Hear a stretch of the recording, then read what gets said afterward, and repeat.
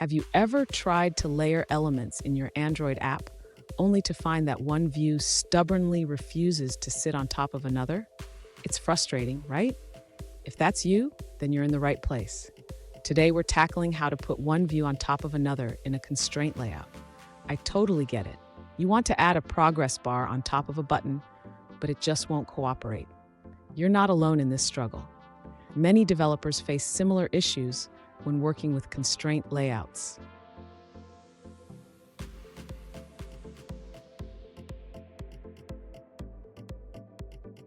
Here's the specific situation we're looking at.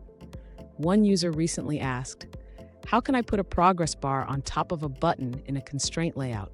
They mentioned that even after calling bring to front on the progress bar, it always stays behind the button. Sound familiar? Let's dive into this together. So what could be causing this issue? In constraint layout, the order of views in the XML can affect their stacking order. Even if you call bring to front, if the layout is not set up correctly, it may not work as expected.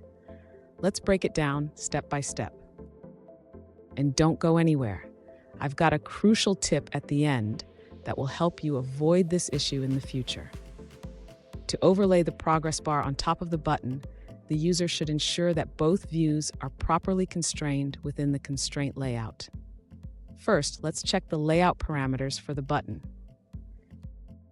Next, the user should confirm that the progress bar is constrained correctly.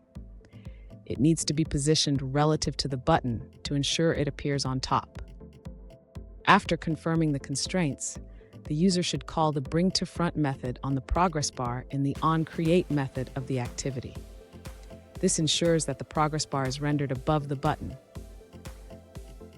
Finally, the user should ensure that the progress bar is visible when needed. This can be done by setting its visibility to visible when starting a process and to gone when the process is complete. Fun fact, did you know that constraint layout was introduced to help developers create complex layouts without nesting multiple layouts? It's a game changer.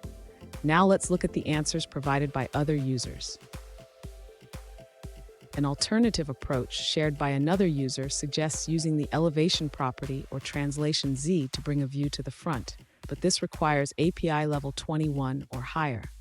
If that's not an option, they recommend ensuring the view you want on top is declared after other views in your XML layout.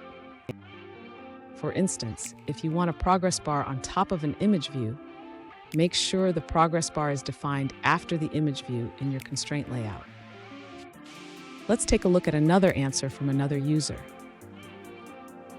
An alternative solution provided by a user suggests using elevation to bring the progress bar on top of the button. However, this method has limitations, such as requiring API level 21 or higher. Additionally, if the elevation is too low, the view may become invisible during long clicks. Instead, they recommend replacing the button with a view or text view, as these can perform all the same functions as a button. Let's take a look at another answer from another user. An alternative solution provided by a user highlights the updated layout editor in Android Studio 3.5. It makes it easier to manage which view appears in front. The editor now features a blue overlay that highlights the target of the constraint, which is especially helpful when dealing with overlapping components.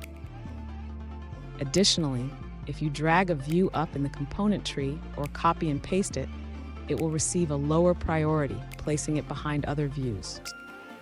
Let's take a moment to review another user's answer. An alternative approach suggested by a user involves adjusting the translation Z property of the views. They explain that buttons have a default translation Z set, which can cause them to appear above other views. To resolve this, you have two options. First, you can set the progress bar's translation Z to a value greater than the button's elevation. For example, you can use viewcompat.setTranslationZ with a value of 5. Alternatively, you can set the button's translation Z to 0, allowing the views to stack in the order they appear in the constraint layout. This can be done by changing the button's style to widget.appCompatButton.borderless. Here's the crucial tip I promised. Always define your views in the order you want them to appear visually. This simple habit can save you a lot of headaches down the road. And there you have it. Your progress bar should now be sitting pretty on top of your button. Remember, the order of your views matters. If you found this helpful, hit that subscribe button for more tips, and don't miss our bonus tip on mastering constraint layout.